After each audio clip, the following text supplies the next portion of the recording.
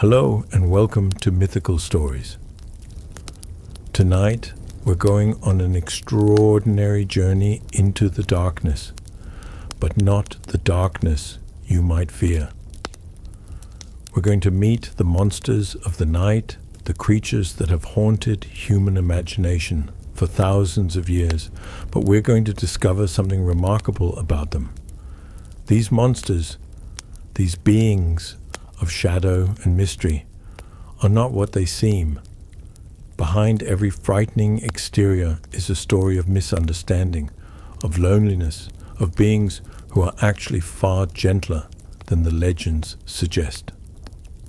Tonight, you'll learn that monsters are not your enemies. They're misunderstood guardians, gentle giants, peaceful creatures who have been unfairly portrayed by fearful humans who didn't take the time to understand them. Before we dive deeper into this fascinating exploration, if you're enjoying these peaceful stories and would like to see more content like this, please consider giving this video a like and subscribing to Mythical Stories. Your support helps us create more relaxing content to help you find peace and rest. Thank you for being here. Now, let's prepare for our journey. Find a comfortable position. Let your body sink into your bed, knowing that the darkness around you is not something to fear, but something to embrace. A gentle blanket of peace where the true monsters rest, just as you're about to rest. Take a deep breath in through your nose, drawing in the cool night air that monsters breathe, and let it out slowly through your mouth, releasing any fear you might have about the creatures of darkness. Again, breathe in deeply, filling your lungs with calm understanding, and release, feeling your shoulders drop, your jaw relax, your whole body softening into acceptance that darkness is not dangerous, that night is not your enemy, that monsters are not what you've been told. One more time, breathe in and let everything go, sinking deeper into the peaceful night, deeper into the realm where monsters dwell in gentle solitude, deeper into the truth that will transform how you see the darkness forever. Perfect. You don't need to do anything but listen. You can close your eyes or keep them gently open, like looking into the soft darkness where monsters hide not from malice, but from a world that has never tried to understand them. There's nowhere you need to be, nothing you need to fear, nothing you need to protect yourself from. Just rest. Just be still. Let's begin our journey through the surprisingly gentle world of monsters of the night. Let's start with perhaps the most famous monster of the night, the vampire. For centuries, vampires have been portrayed as terrifying predators, bloodthirsty killers who stalk the night looking for victims. But let's look deeper, past the Hollywood portrayals and the gothic horror stories, to the older legends, to the folklore that existed before vampires became commercialized monsters. In the original vampire legends from Eastern Europe, vampires were not evil creatures. They were tragic figures, people who had died under unfortunate circumstances and couldn't quite let go of life. They weren't trying to hurt anyone. They were just confused, stuck between worlds, not fully dead, but no longer truly alive. They would return to their villages, not to terrorize, but to visit the people and places they loved, to check on their families, to ensure their homes were being cared for. The folklore describes vampires knocking on doors at night, asking to be let in, wanting nothing more than to sit by the fire with their loved ones one more time. They would ask for small amounts of food, sometimes just a bit of milk or bread, not because they needed it to survive, but because eating together was what families did, and they wanted to feel like part of the family again. Yes, there were stories about blood, but even these weren't as sinister as modern tales suggest. In many traditions, the vampire might take a small amount of blood from a willing family member, but this was seen more as a sharing of life force, a way for the dead to maintain a connection to the living, a bond between the worlds. It was intimate, yes, and strange by modern standards, but it wasn't violent, it wasn't predatory. It was desperate and sad, the action of a being who didn't want to be forgotten, who didn't want to fully leave the world they'd known. And in many villages, families would accommodate their vampire relatives. They would leave out food. They would leave doors unlocked. They would allow these nighttime visits because they understood that the vampire was still their loved one, just in a different form. And love doesn't end just because someone has died. The modern portrayal of vampires as seductive, dangerous predators is largely a creation of 19th century literature, particularly Bram Stoker's Dracula. But even in that novel, if you read carefully, Dracula is a deeply lonely figure. He lives in a crumbling castle, surrounded by no one, spending centuries in isolation. He travels to England not primarily to hunt, but to escape his loneliness, to find connection, to exist among people again after so long alone. His actions in the novel, while certainly portrayed as threatening, can also be read as the desperate attempts of someone who has been isolated for so long that he's forgotten how to connect appropriately, who wants intimacy but only knows how to achieve it through the vampire's bite, who is as much a victim of his condition as those he encounters. Think about what it would be like to be a vampire in the original sense. You die, but you don't leave. You remain conscious and aware, but everything has changed. You can't go out in daylight anymore. The sun, which you once loved, now causes you pain or worse.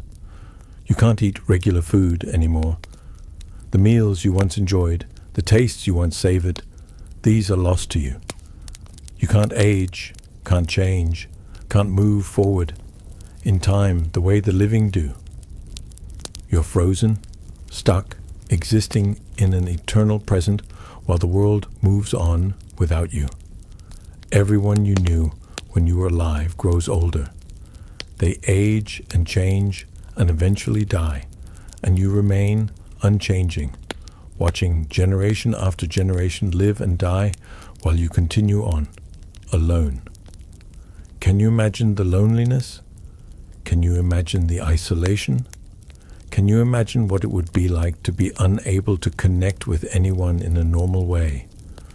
To know that if people discovered what you were, they would fear you, reject you, perhaps try to destroy you?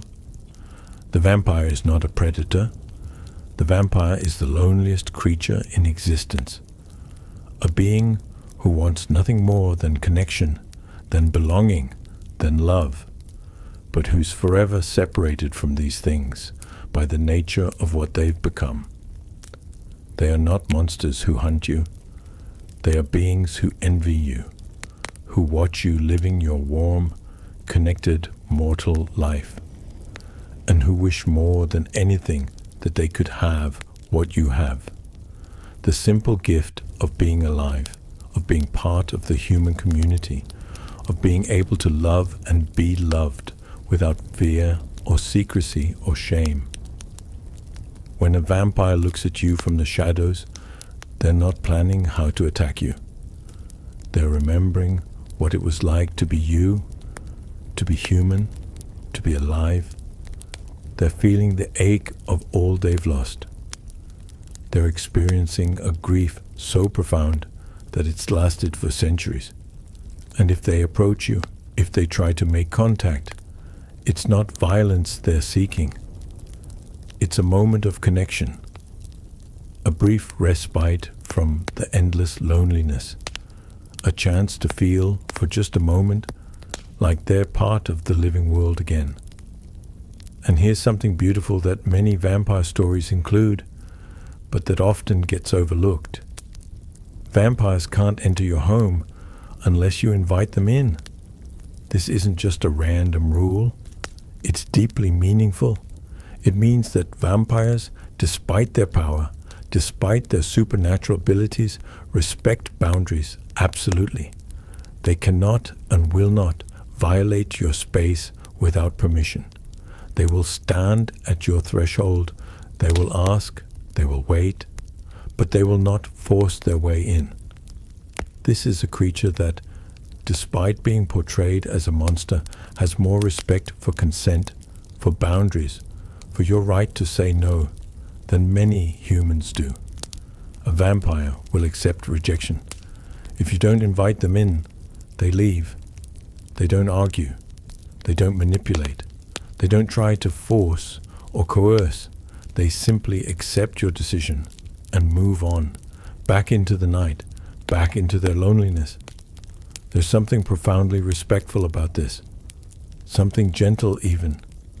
The vampire, for all their power, for all their supernatural strength and speed and hypnotic abilities, will not cross a boundary you've set. They honor your autonomy absolutely. And in many stories, vampires are not just respectful of boundaries, but actively protective of those they care about. Once a vampire has formed a connection with someone, once they've been invited in, once they've been accepted, they become fiercely loyal. They will protect that person from any threat. They will use all their considerable power to keep them safe. Because connection is so rare for vampires, so precious, that when they find it, they cherish it absolutely. The vampire who has been welcomed, who has been accepted despite their nature, who has found someone who doesn't fear them, that vampire becomes the most devoted protector imaginable. They will stand guard through the night while you sleep. They will ensure no harm comes to you. They will use their centuries of experience, their supernatural senses, their strength and speed, all in service of keeping safe the one person who was kind enough to see past the monster to the lonely being beneath. So when you think of vampires tonight, don't think of them as threats. Think of them as the loneliest beings in existence, creatures who want nothing more than what you have, a warm life, loving connections, the simple joy of belonging. They're not hunting you, they're envying you. And if they watch you from the shadows, it's with longing, not malice, with sadness, not hunger, with a desperate wish that they could be you, could have what you have, could experience one more time what it feels like to be truly, fully, warmly alive. Let's move now to another famous monster of the night, the werewolf. Like vampires, werewolves have been terribly misrepresented. They're portrayed as savage beasts, humans who transform into mindless killing machines during the full moon, dangerous and uncontrollable. But the reality, when you look at the deeper folklore and really think about what it means to be a werewolf, is far more gentle and far more sad. First, consider how someone becomes a werewolf in most traditions. They're cursed, they're bitten, they're the victim of something that happened to them, not something they chose. No one decides to become a werewolf. It's forced upon them, and once it happens, they have to live with the consequences for the rest of their lives. This immediately reframes the werewolf not as a monster, but as a victim, someone dealing with a condition they never asked for, trying to live a normal life despite a transformation they can't control. Most werewolf legends emphasize that the person retains their humanity. They're not a wolf who used to be human. They're a human who sometimes has to be a wolf. Their human self is their true self. The wolf is an interruption, a monthly challenge, something they have to manage and cope with, but it doesn't define who they are. And think about what the transformation represents. Once a month, during the full moon, the werewolf loses control. They transform into something wild, something instinctual, something that operates on pure animal impulse rather than human reason and self-control. But they don't transform into a predator hunting humans. They transform into a wolf. And wolves, actual wolves, are not the savage killers that folklore portrays. Real wolves are actually quite gentle creatures. They live in family groups. They cooperate. They care for their young. They play. They form deep social bonds. They avoid conflict when possible. They're far more likely to run from humans than to attack them. So a werewolf, even in their transformed state, is likely to behave like an actual wolf. They might run through the forest. They might howl at the moon. They might hunt small animals. But they're not the mindless killing machines that movies portray. They're confused, frightened humans trapped in a wolf's body, operating on wolf instincts, trying to navigate a form that doesn't feel like their own. And when morning comes, when they transform back, they're horrified by what they might have done. They're ashamed of having lost control. They're terrified that they might have hurt someone. Most werewolves in folklore and literature spend their human time trying to protect others from their wolf self. They isolate themselves during full moons. They chain themselves up. They flee to the wilderness where they can't encounter people. They're not trying to hurt anyone. They're desperately trying to prevent themselves from potentially hurting anyone. They're taking responsibility for a condition they never chose, doing everything in their power to keep others safe, even though it means profound suffering for themselves. Imagine what it's like to be a werewolf. Once a month, you know the full moon is coming. You know you're going to transform. You know you're going to lose hours of your life, hours where you're not yourself, where you're not in control, where you don't know what you'll do, or where you'll go, or what might happen. The anxiety building up to the transformation must be immense. The fear, the dread, and then the transformation itself is usually portrayed as painful. Your body changing shape, bones breaking and reforming, muscles tearing and rebuilding. It's agony.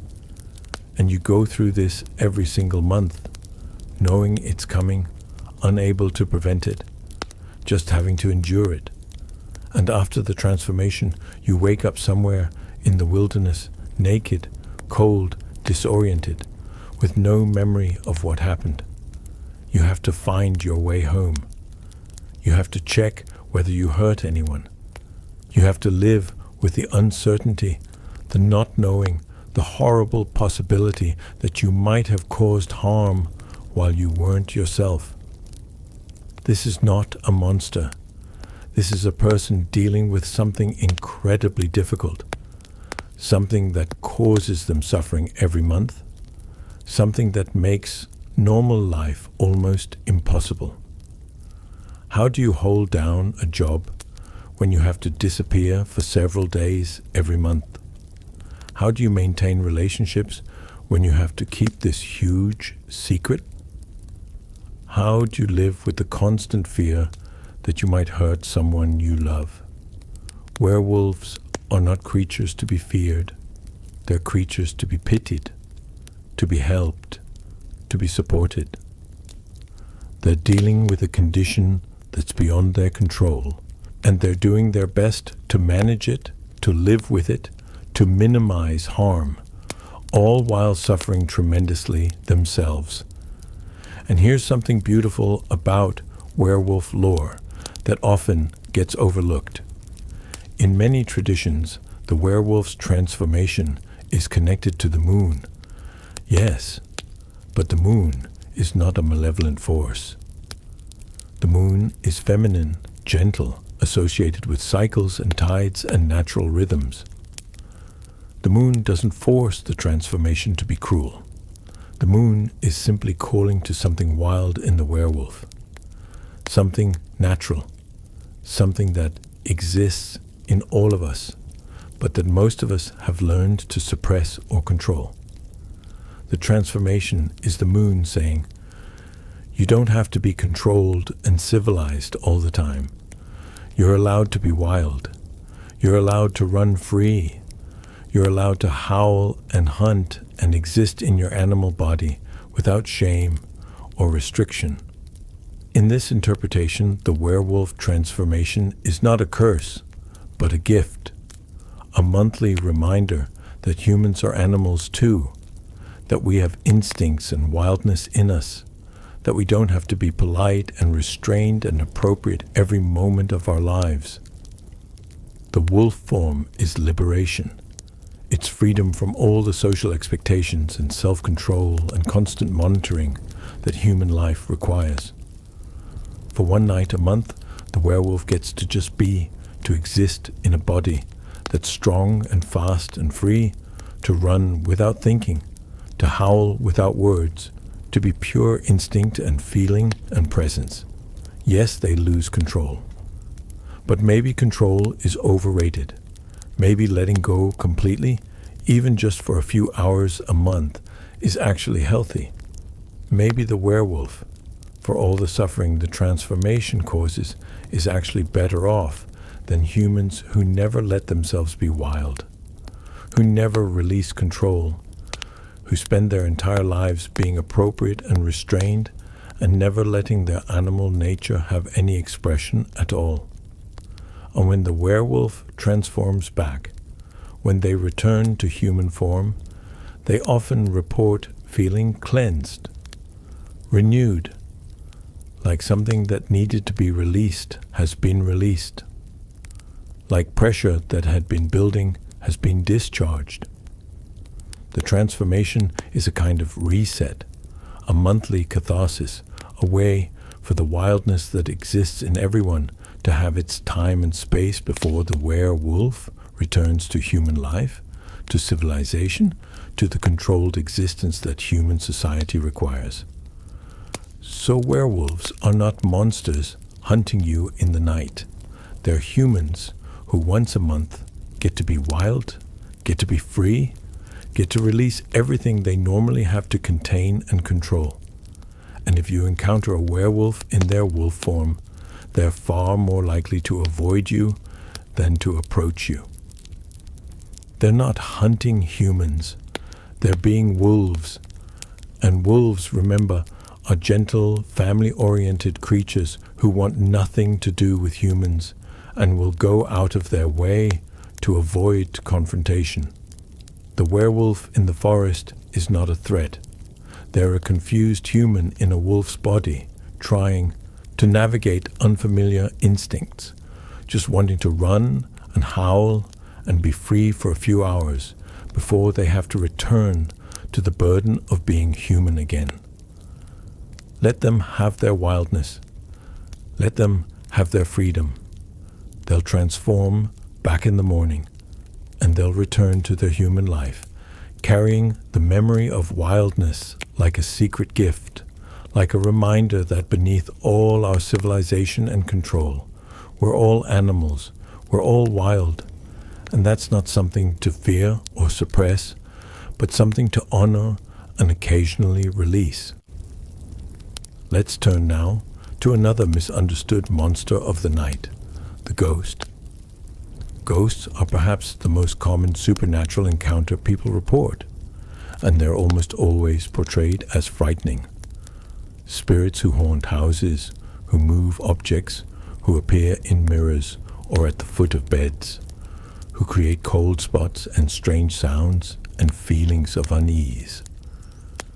But when you really think about what a ghost is, when you consider their situation with empathy rather than fear, ghosts become profoundly sad rather than scary.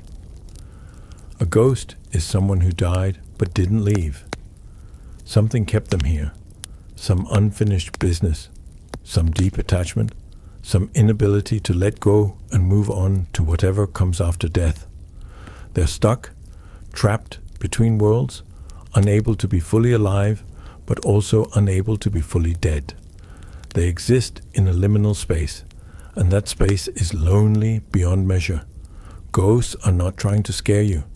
They're trying to communicate. They're trying to be seen, to be heard, to be acknowledged. Imagine being a ghost. You're in your house, or the place you lived, or the place where you died. You're still there, still conscious, still aware. You can see the living people who now occupy your space. You can watch them going about their lives, but they can't see you. They can't hear you. You try to get their attention. You move objects. You make sounds.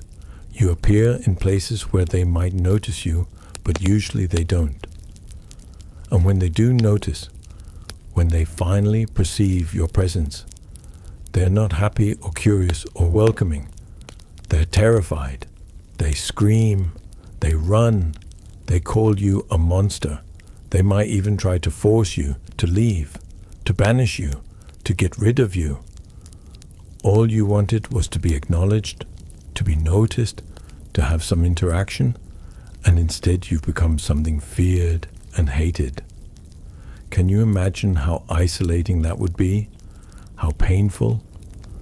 You're desperate for connection, for communication, for someone to understand that you're still here, that you still exist, that you still matter, but instead your very presence causes fear and distress. The more you try to reach out, the more frightened people become. You're trapped in a cycle where your attempts to connect only create more distance, more fear, more isolation.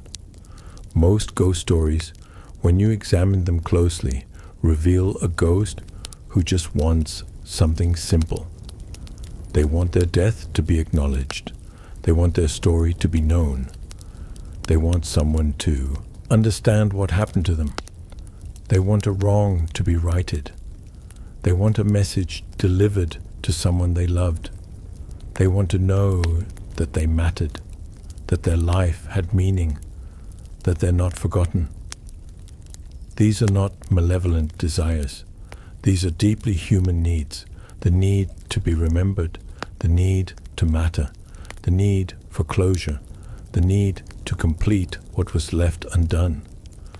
Ghosts are not monsters. They're people who are stuck, and they're asking for help. And here's something remarkable. In many ghost stories, once someone finally listens to the ghost, once someone acknowledges them and helps them with their unfinished business, the haunting stops. Not because the ghost was defeated or banished, but because the ghost got what they needed and could finally move on. They could let go.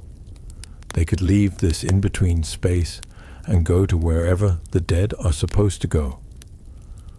The haunting was never about harming anyone. It was a desperate attempt to communicate, to be heard, to receive help. And once that help was given, once the ghost's needs were met, they left peacefully, gratefully, finally able to rest. This completely reframes hauntings. They're not attacks. They're requests. They're not meant to frighten. They're meant to communicate. And fear is an unfortunate side effect of communication that's misunderstood. The ghost making objects move is not trying to scare you. They're trying to show you they're there, trying to get your attention the only way they know how. The ghost appearing in your mirror is not trying to terrify you. They're trying to be seen, trying to show you their face, trying to communicate their identity. The ghost creating cold spots is not trying to make you uncomfortable. Cold is what happens when a ghost manifests, when they gather enough energy to make themselves perceptible, and the cold is a side effect, not an intention. Everything a ghost does that seems scary is actually just a clumsy, desperate attempt to communicate across the boundary between the living and the dead.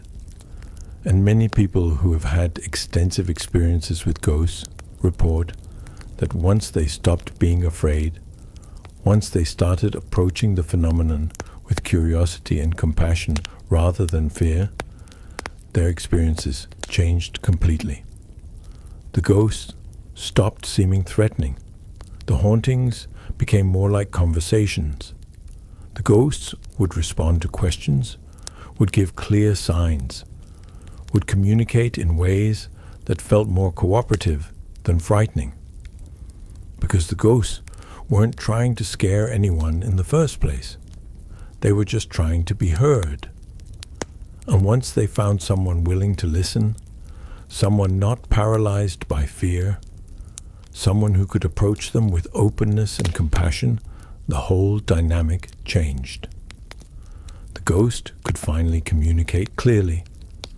The living person could finally understand what was needed. And often, the situation resolved quickly once this understanding was reached. So if you ever encounter a ghost, if you ever feel a presence in your home, if you ever experience something that might be paranormal, try not to be afraid. Try to approach it with curiosity, with compassion. Ask the ghost what they need. Tell them you're listening. Acknowledge their presence. You don't have to be frightened. You're dealing with a person who has died, who is stuck, who needs help. Approach them as you would approach any person in need, with kindness, with a willingness to help if you can, with respect for their situation and their suffering. Ghosts are not monsters in the dark. They're people in the dark, lost and lonely, reaching out for connection, for help, for acknowledgement. They're the loneliest beings imaginable, more isolated than even vampires or werewolves, because at least those creatures still have physical form, still exist fully in some realm. Ghosts are halfway between existence and non-existence, unable to be fully present anywhere, trapped in an in-between state that no living person can truly understand. Have compassion for ghosts? Fear makes their situation worse.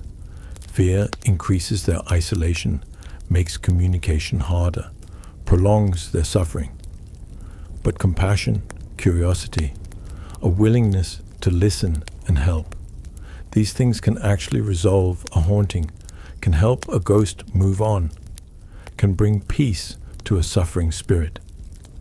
And even if you can't help them directly, even if you can't figure out what they need or how to provide it, just acknowledging them helps. Just saying out loud, I know you're here. I see you. I acknowledge your presence. This simple act can bring a ghost comfort, because it means they're not invisible. They're not forgotten. They're not completely cut off from the living world. Someone knows they exist. Someone has acknowledged them. And that acknowledgement, that simple recognition, can be profoundly meaningful to a being who has been ignored and feared for so long. Tonight, as you drift to sleep, if you feel any presence, any sense that you're not alone, don't be afraid. You're not in danger. You're possibly in the presence of a ghost, a spirit, a being who is far more scared and lonely than you could ever be. Acknowledge them. Send them compassion. Tell them silently or out loud, that you wish them peace, that you hope they find what they're looking for, that you're sorry for their suffering. This kindness costs you nothing and may mean everything to them. You might be the first person in decades or centuries who has approached them with anything other than fear. Your compassion might be the thing that finally allows them to let go, to move on, to find peace. You have the power to help simply by not being afraid, simply by seeing them as suffering beings rather than as monsters. Use that power. Be kind to the ghosts. They need kindness more than almost any being in existence. Let's explore now a creature that seems utterly terrifying, but is actually one of the gentlest beings in all of monster lore. The Banshee.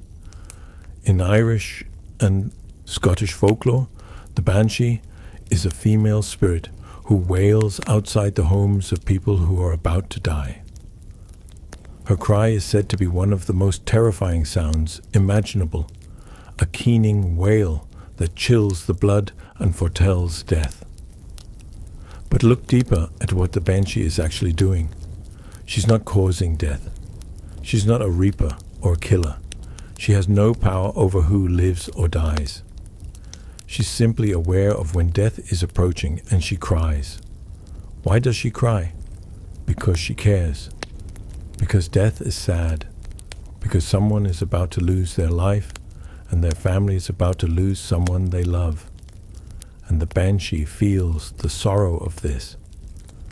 She weeps for the dying and for those who will grieve them. The Banshee is not a harbinger of death in the sense of bringing death or causing death. She's a mourner. She's beginning the grief process before the death even occurs. She's honoring the person who is about to die by recognizing the significance of their death, by crying for them, by acknowledging that their life mattered and their loss will be felt. In many traditions, the Banshee is specifically associated with old Irish families. She's a family spirit, bound to certain bloodlines, and she appears only when someone from that family is about to die. This makes her not an external threat, but an internal family member, a supernatural ancestor or guardian who cares so deeply about the family that she mourns their losses. She's not trying to frighten anyone. She's expressing grief. And yes, her cry is loud and unsettling, but grief is loud and unsettling. Death is frightening, and the Banshee doesn't hide from these truths. She doesn't present a sanitized, comfortable version of death. She wails, she keens. She expresses the full horror and sadness of death in her cry. But this is honest. This is real. This is what death deserves, not polite silence, but full-throated acknowledgement of its weight, its significance, its terrible finality. The Banshee is brave enough to feel the full force of grief and to express it without restraint. She doesn't look away from death. She doesn't pretend it's not happening. She faces it directly and cries out in response. And in doing so, she's actually performing a service. She's warning the family that death is near, not so they can be afraid, but so they can prepare, so they can say goodbye, so they can be with their loved one in their final hours, so they can begin the grief process, begin to steel themselves for the loss that's coming. The Banshee's wail, terrifying as it sounds, is actually a gift. It's advance notice. It's a chance to prepare. It's an opportunity to ensure that nothing is left unsaid, that the person dying knows they're loved, that the family gathers and supports each other. Without the Banshee's warning, death might come suddenly, unexpectedly, leaving things unsaid and undone. But with the warning, there's time. Time to prepare, time to say goodbye, time to love fully in the hours that Remain. The Banshee is not a monster. She's a grief counselor. She's a mourner in advance. She's a being who cares so much about the family she's bound to that she can't not cry when death approaches them. And there's something beautiful about the idea that death doesn't have to be faced alone, that when someone in your family is dying, a spiritual being appears to cry with you, to acknowledge the magnitude of the loss, to witness the grief and validate it by adding her own voice to the mourning. The Banshee is saying, this death matters. This person matters. This loss is significant enough that the spirit world itself takes notice and grieves. How is that not comforting? How is that not a profound honoring of the person who is dying and the family who loves them? Yes, the Banshee's cry is eerie. Yes, it's unsettling. But so is death. The Banshee doesn't pretend otherwise. She doesn't offer false comfort or hollow reassurances. She offers the truth. Death is coming. It will be hard. It will hurt. And your grief is valid and important and worthy of the loudest wail imaginable. If you ever hear a Banshee's cry, and according to tradition, only those of Irish descent with certain family lines ever would, don't be afraid. Be grateful. You're being warned. You're being given time. You're being told that someone you love needs you, needs your presence, needs your love in their final hours. The Banshee is not your enemy. She's your ally, telling you what you need to know, giving you the gift of preparation, of time, of the chance to be present for one of the most important moments in life, the moment of death. Thank the Banshee. Thank her for caring enough to cry. Thank her for being brave enough to face death directly and to wail in response. Thank her for warning you, for giving you time, for honoring your family member's death with her supernatural tears. She's not a monster. She's a mourner. And mourning, even when it's loud and terrifying, is one of the most loving things anyone can do. Let's turn our attention now to a creature that seems to embody pure evil, but is actually far more complex and far more sympathetic than most people realize. The demon.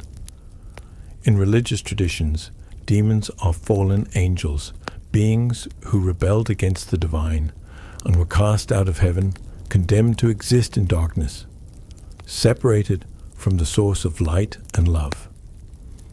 But think about what this means. Demons didn't start as demons. They started as angels. They were created good, created beautiful, created to exist in perfect harmony and love. And then something happened. They questioned. They doubted. They disagreed. And for this, they were cast out. They were rejected. They were told they were no longer welcome in the only home they'd ever known. Can you imagine the pain of that? Can you imagine being cast out by the very source of love itself? Can you imagine being told that you're no longer good enough, no longer acceptable, no longer welcome in the presence of the divine? The demon's fall is not a story of evil triumphing. It's a story of beings who asked questions, who wanted understanding, who couldn't simply accept and obey without thought, and who were punished for this with eternal separation from everything they'd ever loved. Demons are not evil. Demons are heartbroken. They're grieving a loss so profound that it's literally cosmic in scale. They've lost heaven. They've lost their home. They've lost their purpose. They've lost their place in the divine order. And they've been condemned to exist forever in that loss, with no hope of redemption, no possibility of return, no chance to ever feel again the love and acceptance they once knew. Everything a demon does, all the so-called evil they commit, can be understood as coming from this place of profound loss and grief. They're angry at what was done to them. They're bitter about the injustice of it. They're desperate to fill the void that losing heaven created. They're trying to prove that they don't need the divine, that they can exist independently, that their exile hasn't destroyed them even though it has. Demons don't hate humans. Demons envy humans. Because humans have something demons lost, the possibility of redemption. A human can sin, can make mistakes, can rebel and question and doubt, and they're still offered forgiveness. They're still told there's a path back, a way to be reconciled, a possibility of grace. But demons? Demons were cast out once and forever. There's no path back for them, no possibility of forgiveness, no chance of grace. Their exile is permanent, eternal, absolute. So when a demon tempts a human, when they try to lead a human into sin, they're not doing it out of pure malice. They're doing it out of a desperate need to prove that humans aren't better than demons, that humans don't deserve the grace and possibility of redemption that demons were denied, that if demons are condemned, then humans should be too. It's the action of a hurt child saying, if I can't have it, then no one should have it. It's not evil, it's pain, it's jealousy. It's the bitter unfairness of watching others receive what was denied to you.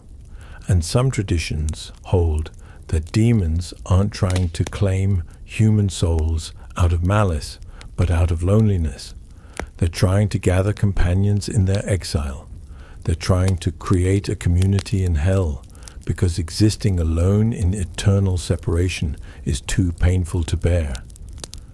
They want others with them, not to torment them, but to have company, to not be alone in their suffering.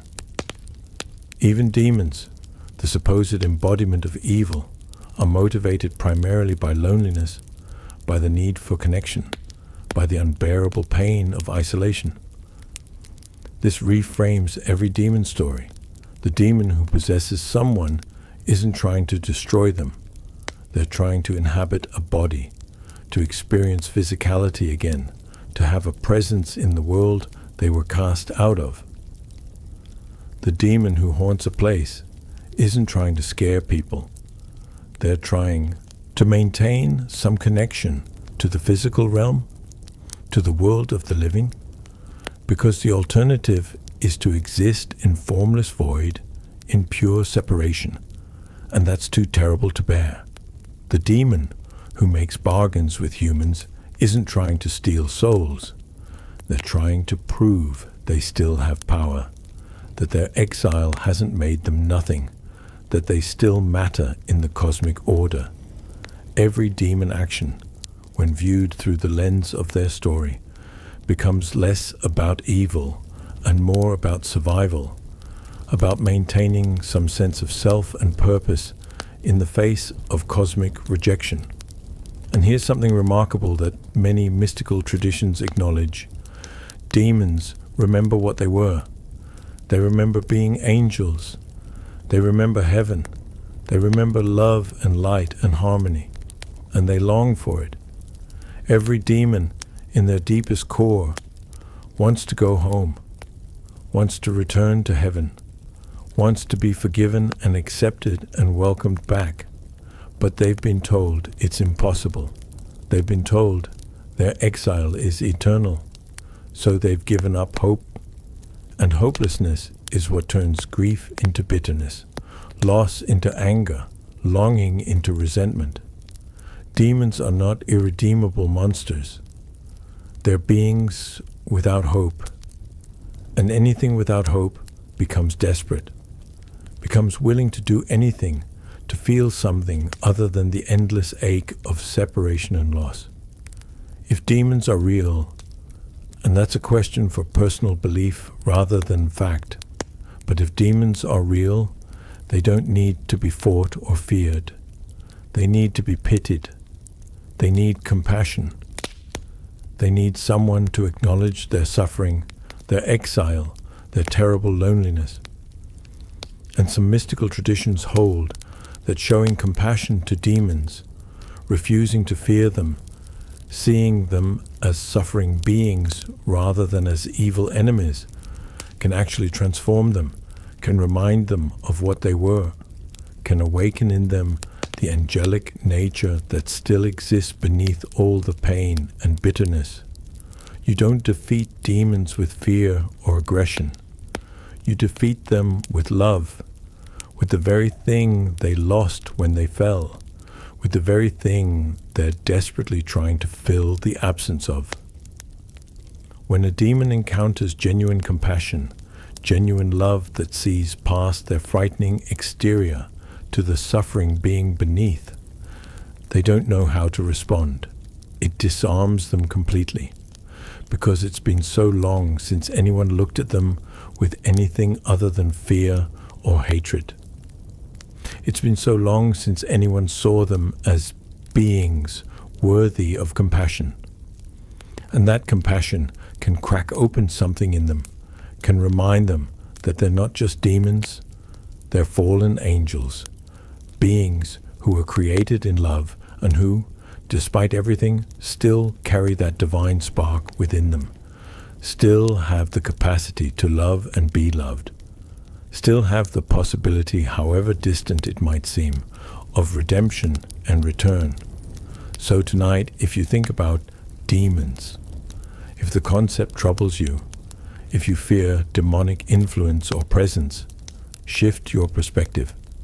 See demons not as enemies, but as exiles.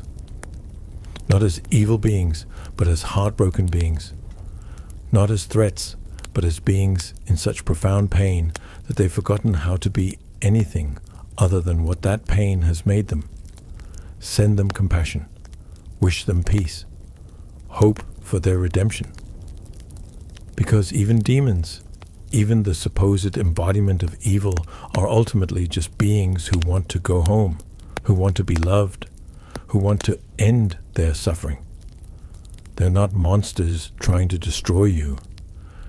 They're broken beings trying to survive an existence that's more painful than any human can truly comprehend. Let's explore now a category of night creatures that are often overlooked, but are perhaps the gentlest of all. The creatures of shadow and twilight, who are not ghosts or demons or any specific monster, but are simply the beings that exist in the liminal spaces, in the corners of vision, in the threshold between light and dark. Have you ever seen something move in your peripheral vision, but when you turn to look directly, nothing is there? Have you ever felt a presence in a dark room, a sense that you're not alone, even though you can see no one? Have you ever experienced that feeling of being watched, that prickle on the back of your neck that tells you something is paying attention to you? These experiences are almost universal. Almost everyone has them. And the usual explanation is that it's your imagination, your brain creating patterns where none exist, your nervous system being hyper-vigilant in situations of low light or unfamiliarity. But what if there's another explanation? What if those movements in peripheral vision, those presences in dark rooms, those feelings of being watched, what if they're real? What if there are beings who exist in shadow, who are only perceptible in peripheral vision, who are present but not in a way that human senses are designed to fully detect? These shadow beings, if they exist, are not threatening. They're curious, they're observers. They watch humans the way humans watch animals or insects, with interest and fascination, but without any desire to interfere or harm. They exist alongside us in the same spaces, but in a slightly different phase of reality, perceptible only at the edges of human awareness. and they're gentle. They don't want to frighten you. When you catch a glimpse of them and they vanish, it's not because they're hiding from malicious intent discovered. It's because they're shy. They're not supposed to be noticed. They exist in the background, in the margins, in the spaces humans don't usually pay attention to. And when they are noticed, when a human's perception happens to catch them, they retreat. They fade back into shadow, not out of malice, but out of a desire not to intrude, not to disturb, not to cause the human distress. Think of them as the neighbors you never quite meet. You might hear sounds from their apartment. You might glimpse them in the hallway, but you never have a direct conversation, never a full encounter. They live their lives alongside yours, in the same building, sharing walls, but in a separate space. Shadow beings are like this. They exist in the same world you do, occupying the same physical locations, but in a slightly different way, perceptible only occasionally, only at the edges, only in moments of low light or distracted attention. And they mean you no harm. They're just there, just existing, just going about whatever business shadow beings have. They might watch you sometimes, might find your human activities interesting or puzzling or entertaining, but they watch with benign curiosity, not with predatory intent. They're not planning anything. They're not trying to harm or influence or affect you in any way.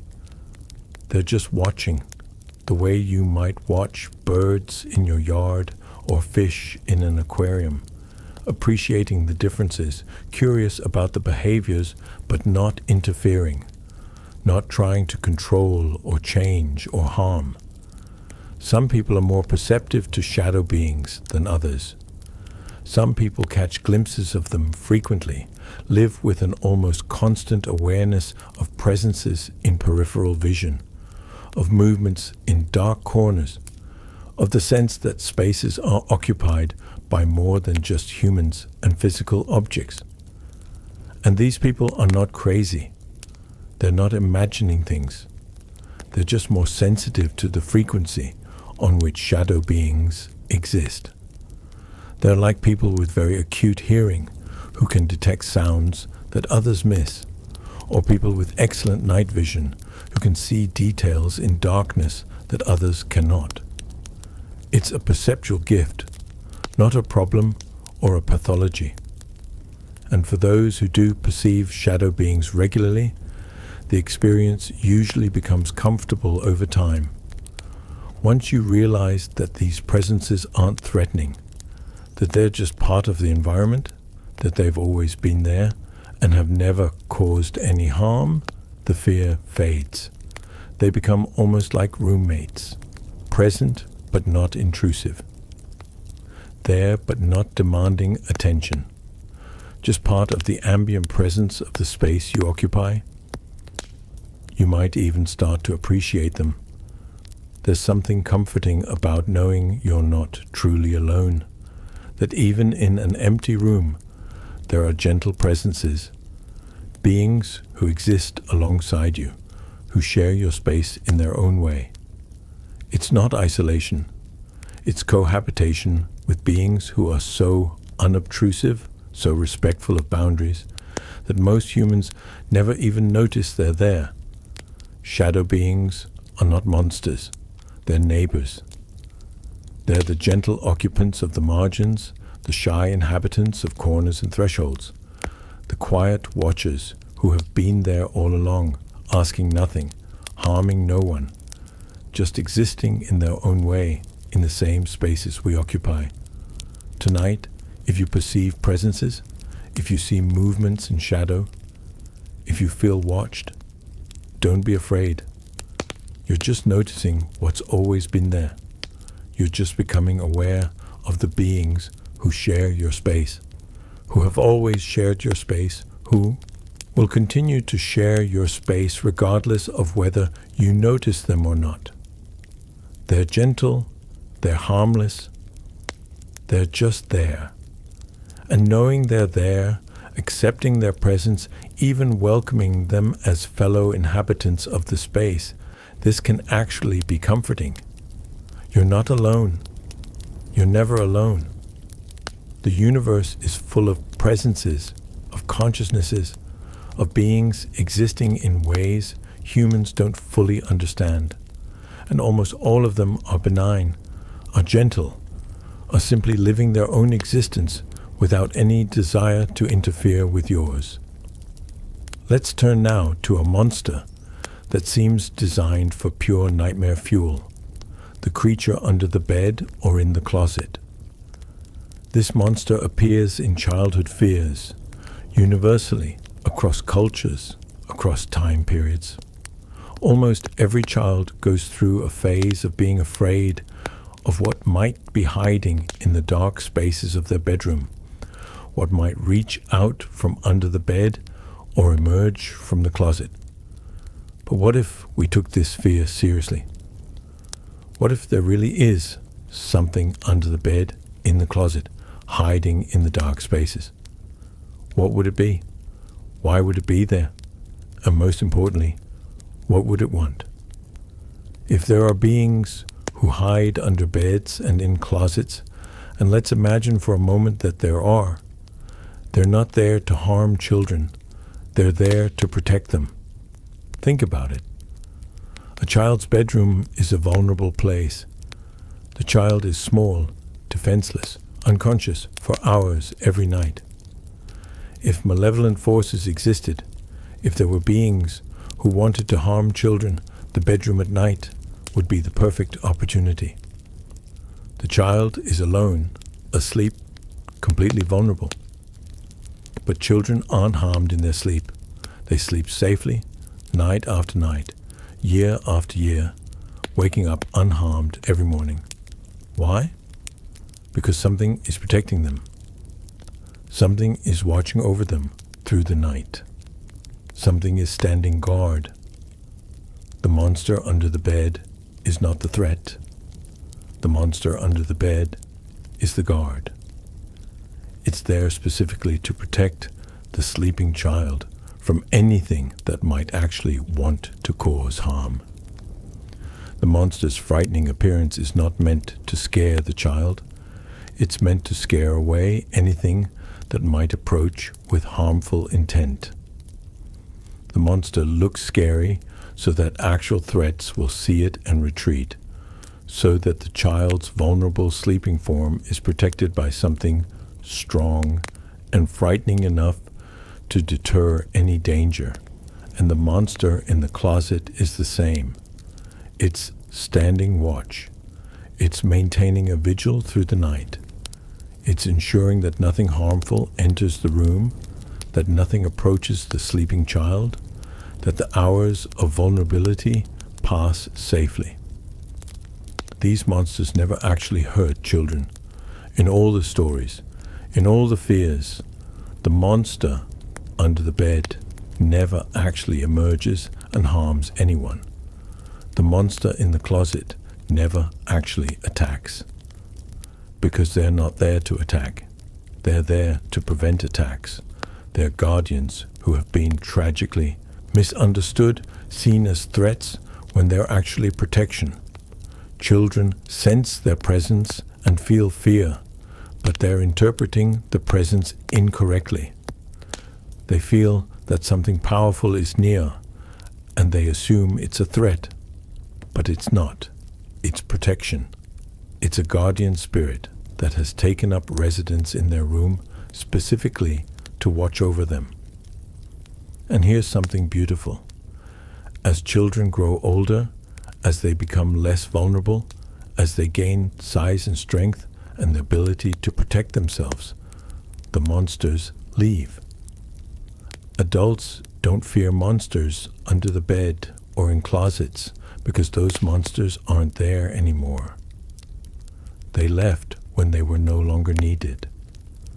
They watched over the child through the vulnerable years, and when the child grew into an adult who could protect themselves, the guardian moved on.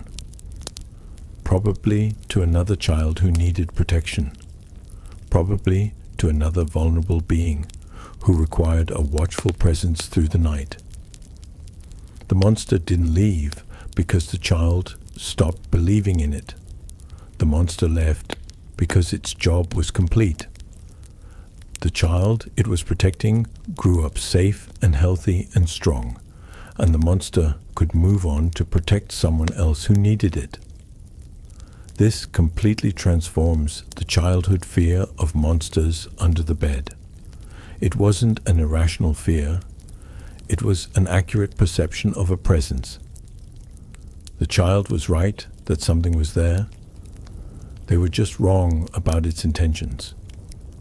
The presence was real, but it was benevolent. It was protection, not threat.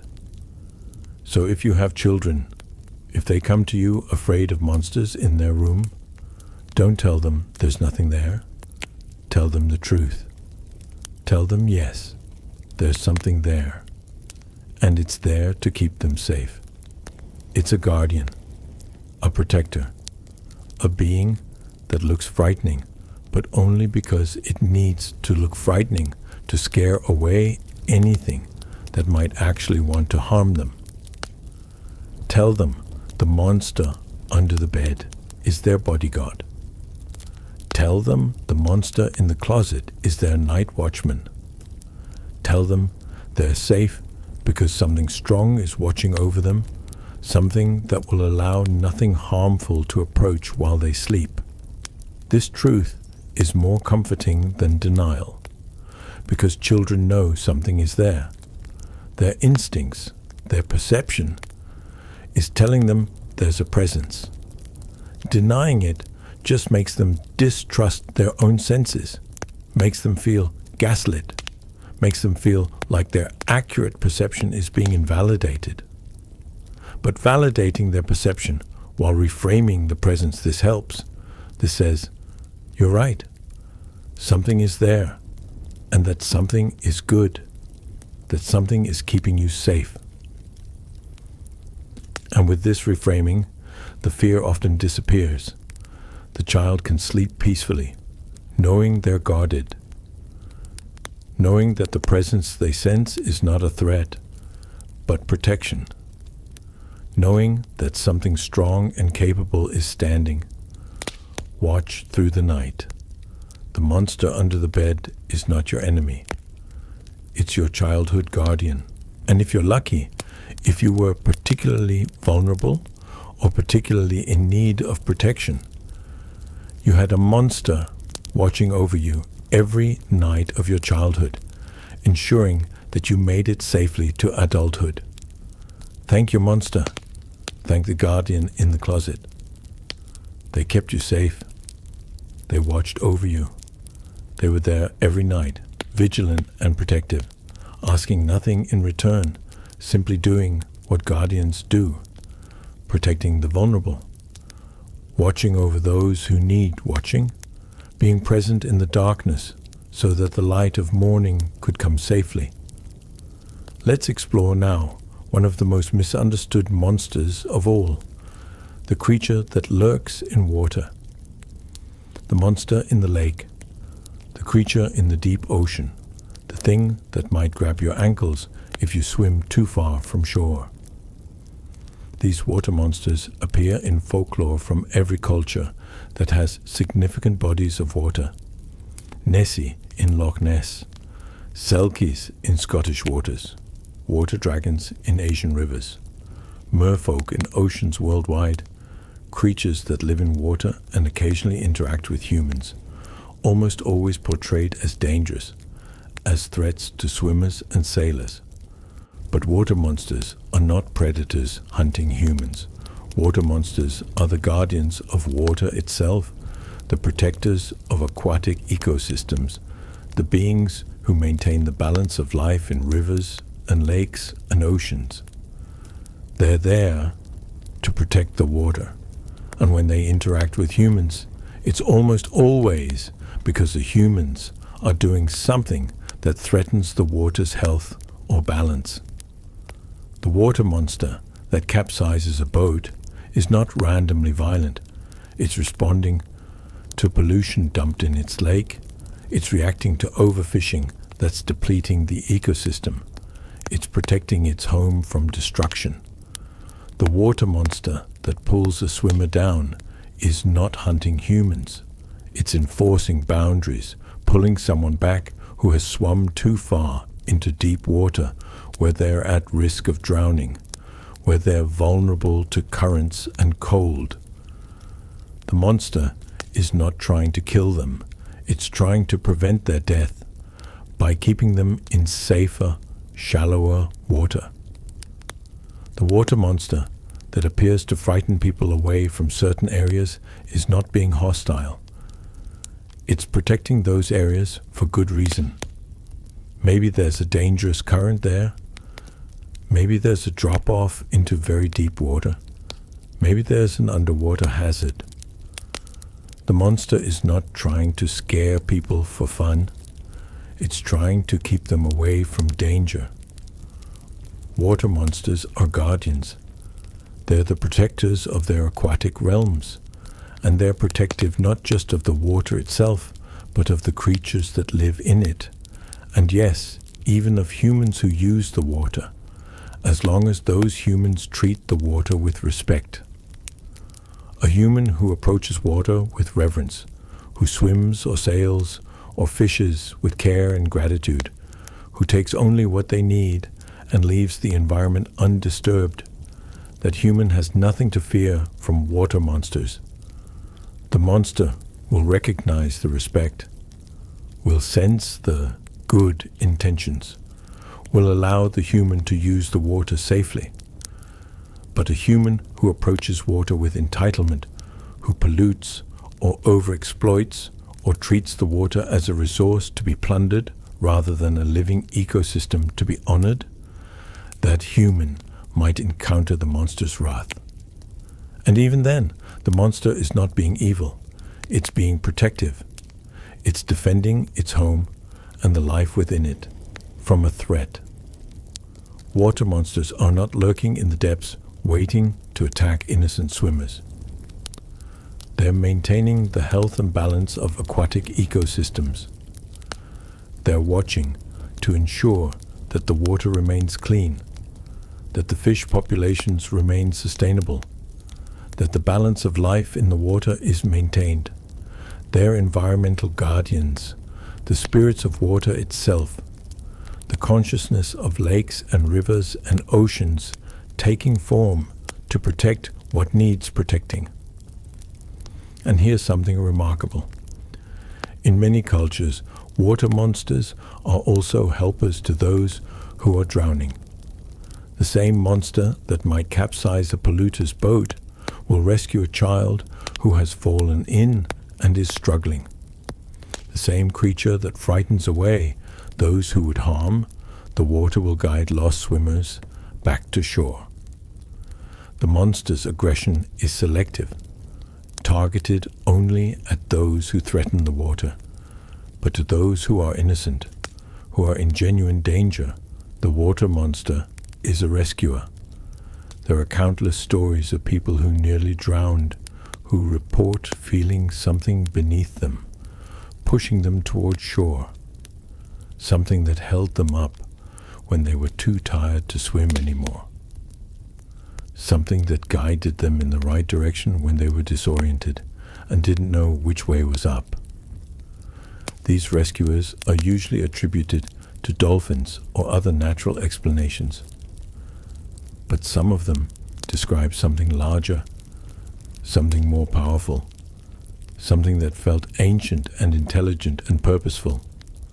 Water monsters, saving lives, protecting not just the water, but the beings in the water, including humans who find themselves in trouble through accident rather than malice. So water monsters are not threats, they're guardians and occasional rescuers. They're the protectors of one of the most essential elements for life.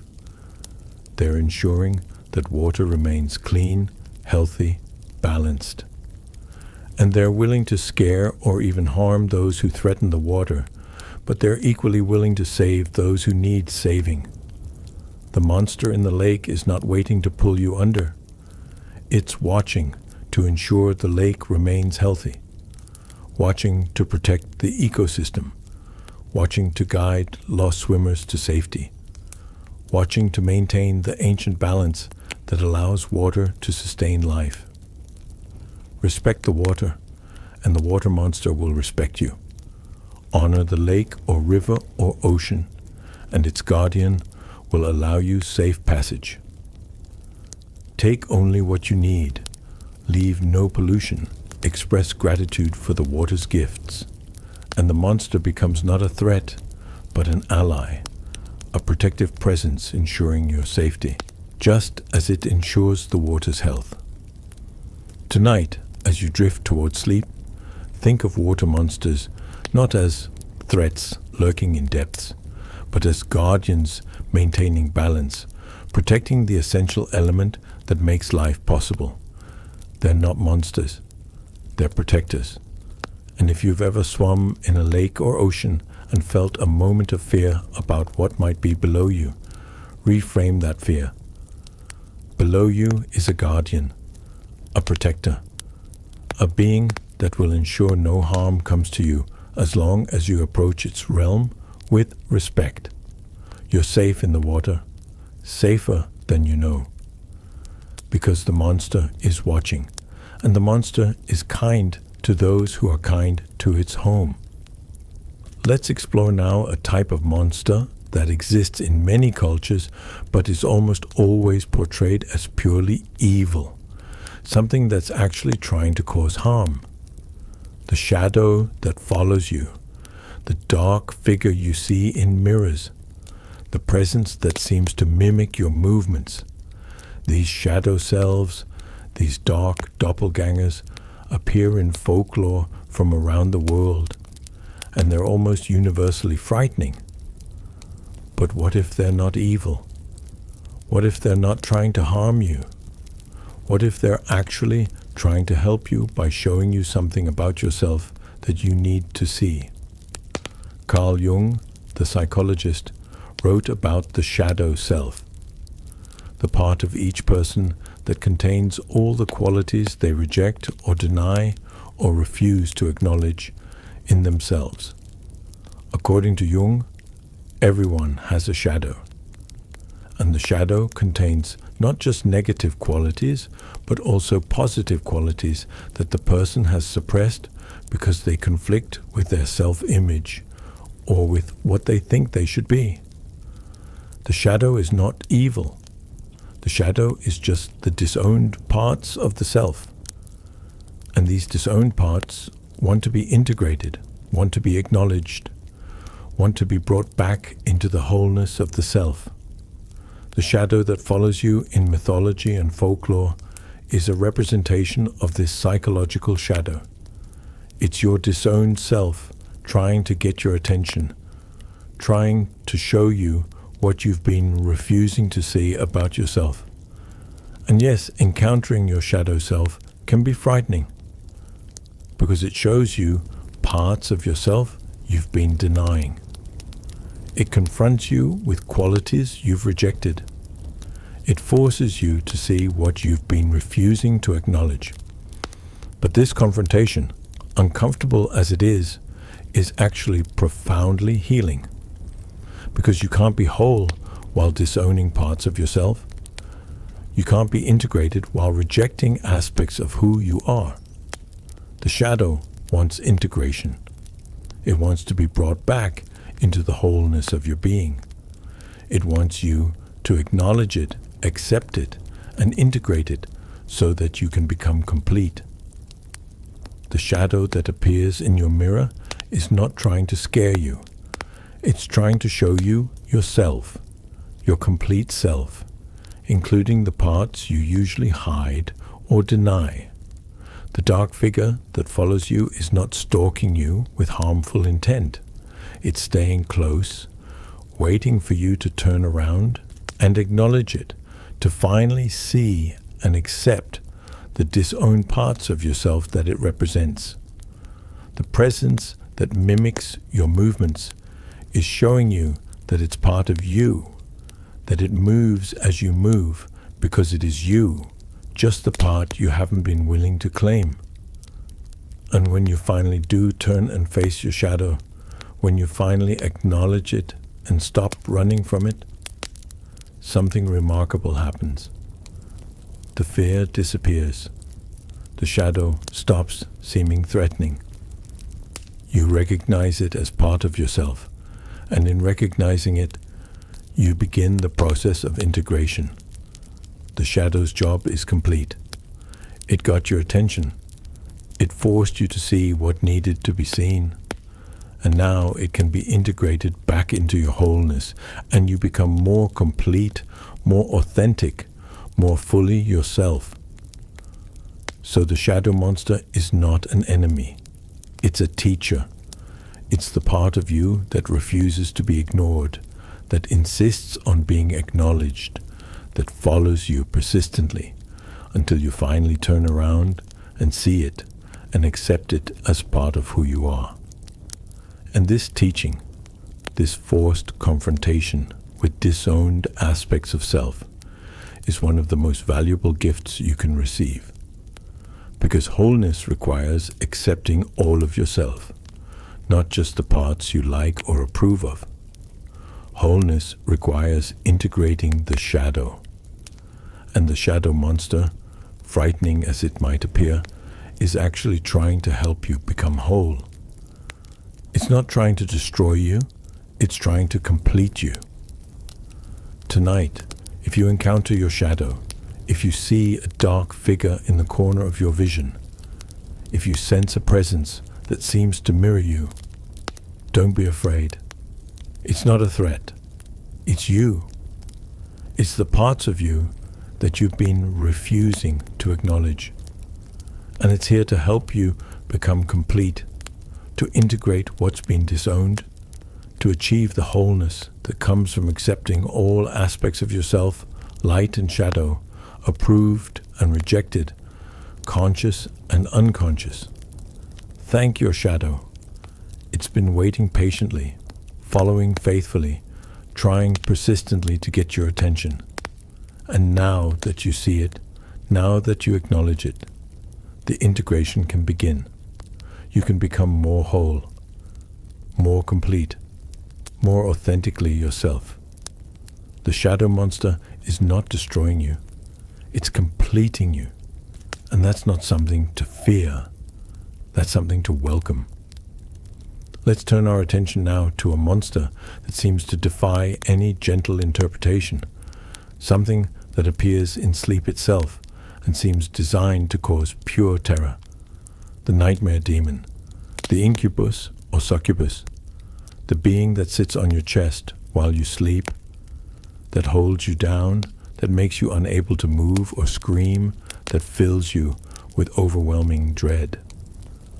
This experience is called sleep paralysis, and it's terrifying for those who experience it. You wake up, or you think you wake up, but you can't move. Your body is completely paralyzed.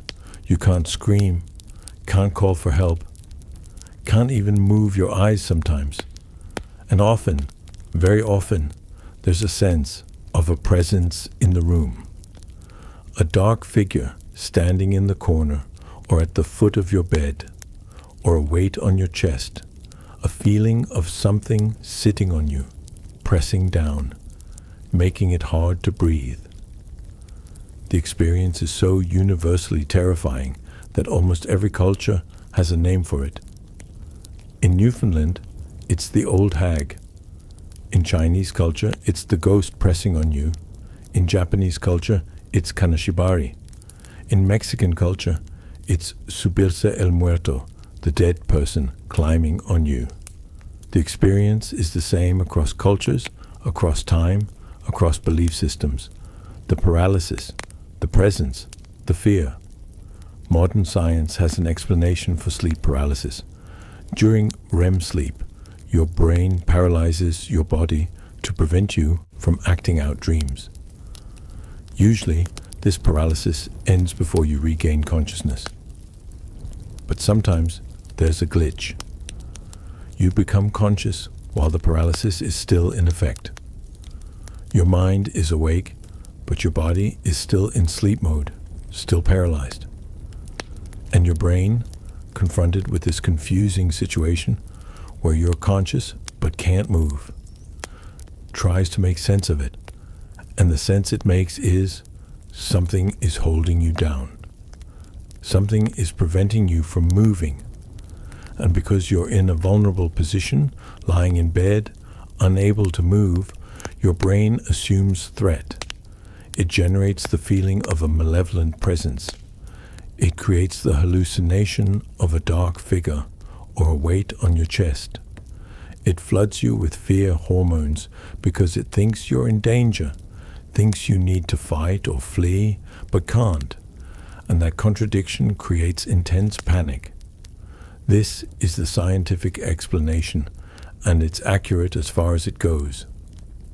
Sleep paralysis is a neurological event. The sensations are created by your own brain. But let's imagine something else. Let's imagine that the presence you sense during sleep paralysis is real, that there really is a being there. What would it be? Why would it be there? If nightmare demons exist, they're not there to harm you. They're there to train you, to help you develop courage, to teach you how to face fear without being able to fight or flee. Think about it. The nightmare demon holds you paralyzed. You can't move, can't fight, can't run. Your normal responses to fear are unavailable. So what can you do? You can only breathe and stay present and endure and choose not to let the fear overwhelm you, even though you're completely helpless. This is the most profound courage training possible. Learning to face fear without any ability to physically respond to it. Learning to remain calm in a situation where panic seems like the only option. Learning to trust that you'll be okay even when you feel completely vulnerable and powerless. The nightmare demon is not trying to harm you. It's never harmed anyone who has experienced sleep paralysis. The experience is terrifying, yes, but it's not dangerous. No one has ever been hurt by a sleep paralysis demon. They've been scared, absolutely, terrified even, but not harmed, never harmed, because the demon isn't there to harm. It's there to teach, to show you that you can survive fear, that you can endure terror and come out the other side unharmed, that your fear, however intense, cannot actually destroy you. This is a lesson that's hard to learn any other way, because in normal life, when you feel intense fear, you can act, you can fight or flee, you can do something to discharge the fear, to feel less helpless. But in sleep paralysis, you can't. You have to just be with the fear, just feel it fully, just let it be as intense as it is without being able to do anything about it. And when the paralysis finally ends, when you can move again, when the presence fades, and you realize you're okay, you've survived, you're unharmed, despite the intensity of what you just experienced, you've learned something profound. You've learned that fear cannot destroy you, that you can endure terror and survive it, that you're stronger than you thought, that even in complete helplessness, you can make it through. The nightmare demon has taught you courage of the deepest kind, not the courage to fight or flee, but the courage to stay present with fear, to breathe through it, to survive it, without being able to physically respond to it. This is a gift, though it doesn't feel like one in the moment. This is training, though it feels like torture. This is the nightmare demon's purpose, to help you discover that you are braver than you know, that you can face absolute terror and survive it, that fear is not your enemy, because fear cannot actually hurt you, can only feel intense and overwhelming, but will pass, always passes, always leaves you intact on the other side. So if you experience sleep paralysis, if the nightmare demon visits you, try to remember this. You're not in danger. You're in training. The demon is not trying to harm you. It's trying to teach you. Breathe. Stay present. Remember that this will pass. Remember that you've survived this before, if it's happened before, and you'll survive it again. Remember that the intensity of the fear is not proportional to the actual danger, which is 0. You're safe. You're just scared. And being scared while safe is how you learn courage. Thank the nightmare demon. It's giving you the opportunity to discover your own strength, your own capacity to endure, your own courage in the face of helplessness. It's not a comfortable gift, but it's a valuable one. And when the paralysis ends, when you can move again, you'll know something about yourself that you didn't know before. You'll know that you can face terror and survive it. And that knowledge, that deep knowing of your own resilience, that's worth the fear. That's worth the discomfort. That's the gift the nightmare demon brings. Let's explore now the most fundamental monster of all, the one that encompasses all others, the one that's been with humanity since the beginning, the darkness itself. Not dark figures in the darkness, but the darkness as entity, as presence, as something that seems to have consciousness and intention. Humans have always feared the dark. It's evolutionarily adaptive. Our ancestors were more vulnerable at night. Predators could see in the dark better than humans could. Dangers were harder to spot. Night was genuinely more dangerous than day, so we evolved to be wary of darkness, to feel uneasy when we can't see clearly, to imagine threats in shadows. But darkness itself is not dangerous. Darkness is just the absence of light. It's not a thing. It's the absence of a thing. It has no substance, no power, no ability to harm. Everything that's frightening about darkness is actually about what might be in the darkness, not about the darkness itself. But let's imagine, just for a moment, that darkness is more than just absence. Let's imagine that darkness has presence, has consciousness, has intention. What would darkness want? What would darkness be? Darkness would be rest. Darkness would be peace. Darkness would be the gentle force that says to the world, you've been active all day. You've been bright and busy and working hard. Now it's time to stop. Time to be still. Time to rest. Darkness is not your enemy. Darkness is the condition for sleep. Darkness is the blanket the world pulls over itself when it needs to rest. Darkness is the pause, the breath, the stillness between activities. Without darkness, there would be no rest. Without night, there would be no sleep. Without the dark, the light would burn constantly, and everything would exhaust itself, would burn out, would never have the chance to restore and renew. Darkness is essential.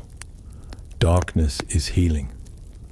Darkness is the gentle force that allows recovery, that permits rest, that creates the conditions for sleep and dreams, and the deep restoration that can only happen when activity stops and stillness begins.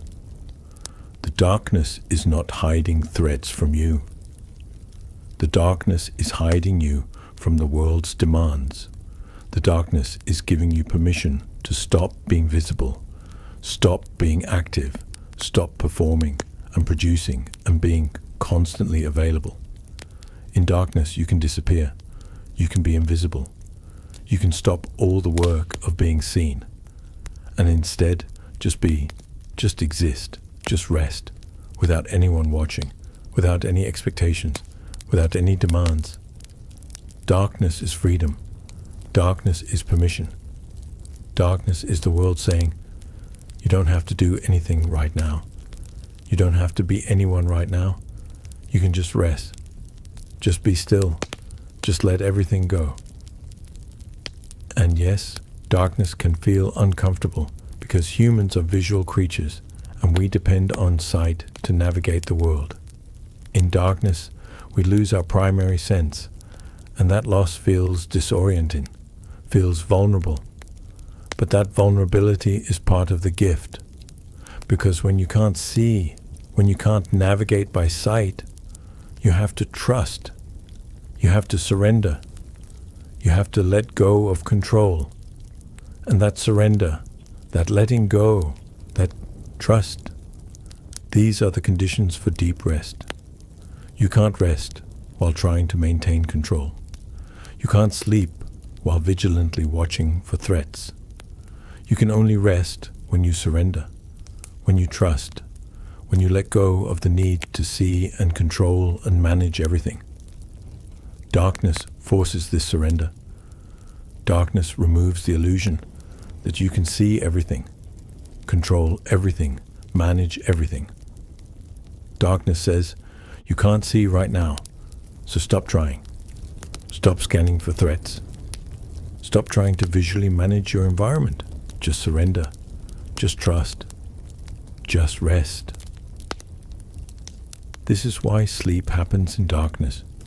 Not just because darkness triggers melatonin production, though it does, but because darkness creates the psychological conditions for surrender, for letting go, for the kind of trust that deep rest requires.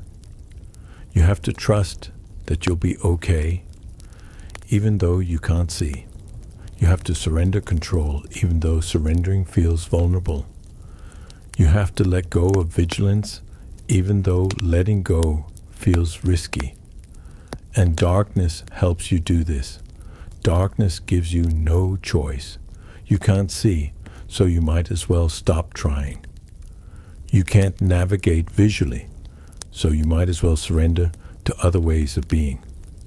You can't maintain visual vigilance, so you might as well trust that you'll be okay without it. Darkness is a teacher. Darkness is teaching you surrender, teaching you trust, teaching you that you can be safe even when you can't see, even when you're not in control, even when you're vulnerable.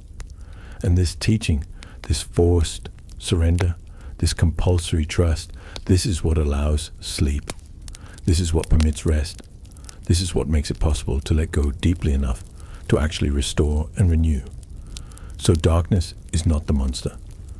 Darkness is the gentle teacher who says, let go, trust, surrender. You're safe. You don't need to see. You don't need to control. You can just rest.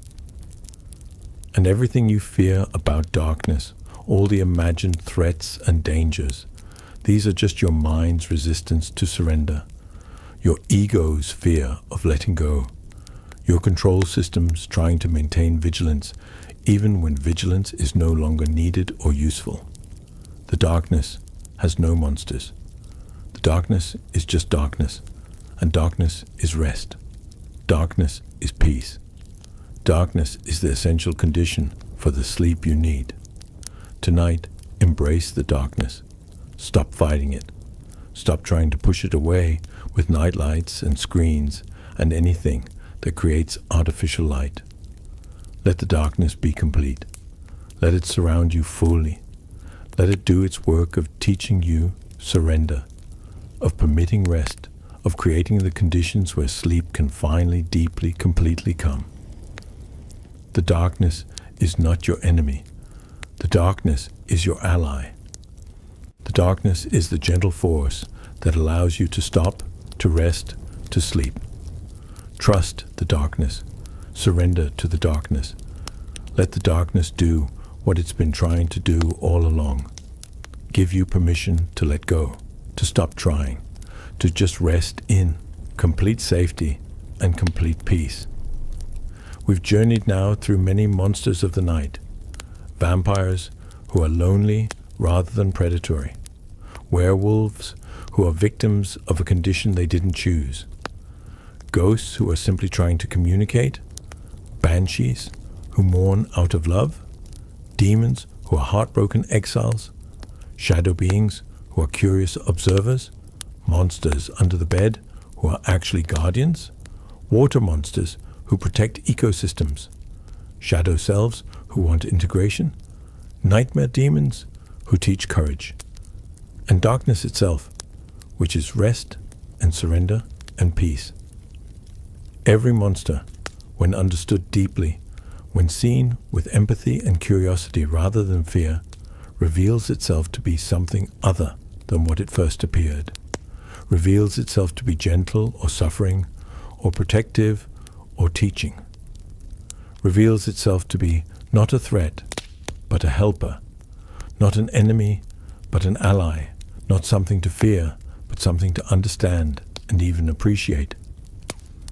The monsters of the night are not hunting you. They're not trying to harm you. They're existing in their own ways, for their own purposes. And those purposes are almost always benign. They're trying to protect, to teach, to communicate, to heal, to maintain balance. They're trying to help, even when their help looks frightening, even when their presence creates fear. The fear you feel is not because they're dangerous. The fear you feel is because they're misunderstood, because you've been taught to see them as threats when they're not threats, because the stories you've heard have portrayed them as evil when they're not evil, because your imagination has filled in the gaps with the worst possibilities rather than with the truth, which is almost always gentler, more nuanced, more compassionate than the stories suggest. Tonight, you can sleep peacefully, knowing that the monsters of the night are not your enemies. They're the guardians of darkness, the teachers of shadow, the gentle beings who exist alongside humans, asking nothing, harming no one, simply being what they are and doing what they do. You're safe from monsters. You've always been safe from monsters. Because monsters, when properly understood, are not dangerous. They're just different, just misunderstood. Just beings who exist in ways that humans haven't taken the time to understand. And now you understand. Now you know. The vampire is lonely and wants connection. The werewolf is struggling with an unwanted condition. The ghost is trying to communicate. The banshee is mourning. The demon is heartbroken. The shadow being is curious. The monster under your bed was your childhood guardian. The water monster protects its ecosystem. Your shadow self wants integration. The nightmare demon teaches courage. And darkness is rest itself. There's nothing to fear, nothing to protect yourself from, nothing that wants to harm you. Just beings existing in their own ways, just forces doing what they do. Just the night unfolding as nights have unfolded since the beginning of time, safely, peacefully, gently. You're surrounded by gentleness, even in darkness, even in night, even in the presence of beings you can't see or fully understand. You're surrounded by protection, by teaching, by forces that want your healing and growth and peace. The night is not dangerous. The night is safe. The night is where rest happens, where healing occurs, where transformation unfolds. And the beings of the night, all of them, all the so-called monsters, they're part of that rest, that healing, that transformation. They're not interfering with it. They're facilitating it. They're creating the conditions where it can happen. They're protecting the night so that you can rest safely within it. So let go of fear. Let go of the stories that taught you to be afraid of darkness, of night, of monsters, of things you don't fully see or understand. Those stories were wrong. Those stories misunderstood. Those stories saw threat where there was only mystery, saw danger where there was only difference. The truth is gentler. The truth is that night is safe, darkness is peaceful, monsters are misunderstood. And you, right now, in this moment, are completely protected, completely safe, completely held by forces that want nothing but your well-being, your rest, your peace. All the monsters are watching over you now. The vampire, lonely and gentle, is ensuring no actual predators approach. The werewolf, wild and free, is running in distant forests, nowhere near you, processing their own transformation. The ghost is visiting someone else, trying to communicate with someone who might finally listen. The banshee is mourning a death in a family far away, her wail not meant for you. The demon is sitting in its exile, remembering heaven, nowhere near your peaceful rest. The shadow beings are in the corners of your room, curious but not intrusive, present but not threatening. The monster that guarded you in childhood has moved on, but its blessing remains. The water monster is in its lake, maintaining balance, protecting its ecosystem. Your shadow self has been acknowledged and is integrating peacefully. The nightmare demon is waiting, not for you tonight, but for someone who needs its teaching. And darkness surrounds you completely, holding you, giving you permission to surrender, creating the perfect conditions for the deepest rest you've ever known. You're safe, completely safe, surrounded by gentleness, held by protection, watched over by beings who mean you no harm and wish you only peace. Let yourself sink into this safety. Let yourself relax into this protection.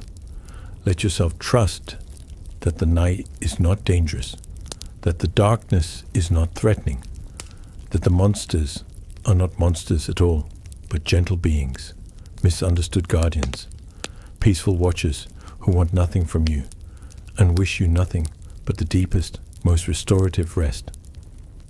The night is yours. The darkness is yours. The peace is yours.